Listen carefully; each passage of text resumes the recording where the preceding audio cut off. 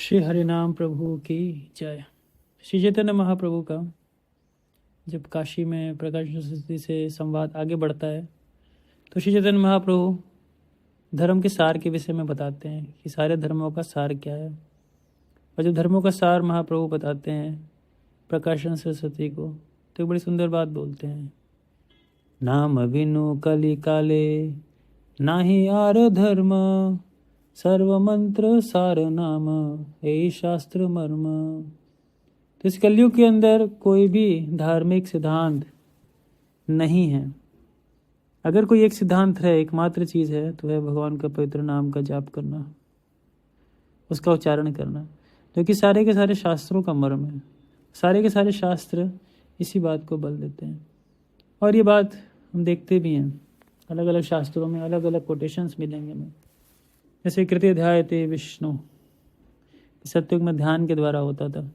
भगवान की प्राप्ति को करना है तो सत्युग में लोग ध्यान करते हैं। त्रेतायाम यजतो मख है, त्रेता युग में लोग यज्ञ करते थे, यज्ञ के द्वारा उनको भगवान का साक्षात्कार होता था। द्वापरे परिचर्यायाम, द्वापर में भगवान के विग्रहों का आराधना अर्चना करके, और कल्य तद हरि कीर्तनाथ, कलयुग में भगवान हरि का कीर्तन करने मात्र से। कली संतरण उपनिषद में भी सेम आता है, ब्रह्मा जी और नारद मुनि में वार्ता होती है तो यही होता है। ब्रह्मा जी बताते हैं नारद मुनि को, इति षोडशकश नाम कलो कलमश नाशनम नत्तः परतरमुपाय सर्व वेदेषु दृश्यते। कौन सा वो षोडशकश नाम है? षोडशकश मतलब ये 16 अक्षरों का नाम। तो बताते हैं आगे, हरे कृष्णा कृष्णा कृष्णा हरे हरे, हरे राम राम राम हरे हरे। ये 16 अक्षर जो हैं, 16 शब्द जो हैं, इनके उच्चारण मात्र से यदि षोडशकश नाम कलौ कलमश नाशनम, है ना, इस कलयुग का नाश होता है, कलयुग का अंत होता है इस 16 अक्षरों के 16 शब्दों के नाम लेकर के। नतः परतरम उपाय, इससे बढ़कर कोई उपाय भी नहीं है ना। सर्व वेदेषु दृश्यते, तो ये भावनाओं को अगर हम देखें, शास्त्रों में जो मर्म है, उपनिषदों में है, भागवतम आदि में है, वही बात श्री चैतन्य महाप्रभु भी कह रहे हैं। ये सार है वेदांत का, जो भगवान का पवित्र नाम है। इसलिए नरोत्तम दास ठाकुर भी एक स्थान पे कहते हैं, गोलोकेरा प्रेम धन हरि नाम संकीर्तन, कि गोलोक का जो प्रेम धन है वो हरि नाम संकीर्तन के रूप में संसार में आता है।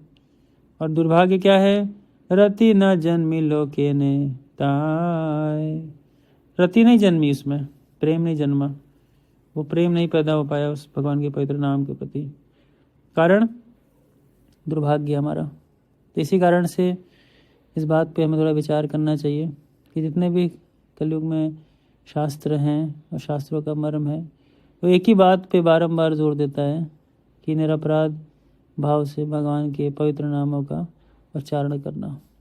तो ये जो सुबह का समय हम सबको प्राप्त है, ये सुबह का समय इतना सतोगुण से प्रभावित होता है कि ब्रह्म मुहूर्त का समय जो है, जिसमें कि अगर हम सब इस ध्यानपूर्वक और इस हरे कृष्ण महामंत्र को अपराध से मुक्त होकर के जप करते हैं ना, तो हमको आप समझ लीजिए वेदों का सार समझ में आता है।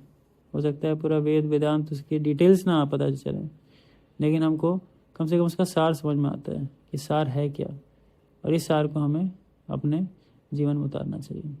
इसलिए महाप्रभु आगे भी कहते हैं, एत बोली एक श्लोक शिखाइला मोरे, कंठ कोरी यही श्लोक करी विचारे। एत बोली एक श्लोक, और एक ही श्लोक मेरे गुरु जी ने सिखाया मेरे को, और बोला इसको कंठ में धारण कर लो और इसको हमेशा जीवन में याद रखना। क्या श्लोक था वो? हरे नाम एव केवलम, कलौ नस्ति एव गतिरन्यथा, है कि नहीं? हरे नाम 3 बार आता है ये चीज़ कि बार बार हरि का नाम लेना, हरि का नाम लेना। और कलयुग में इसके अलावा कोई भी उपाय नहीं है, कोई भी उपाय नहीं।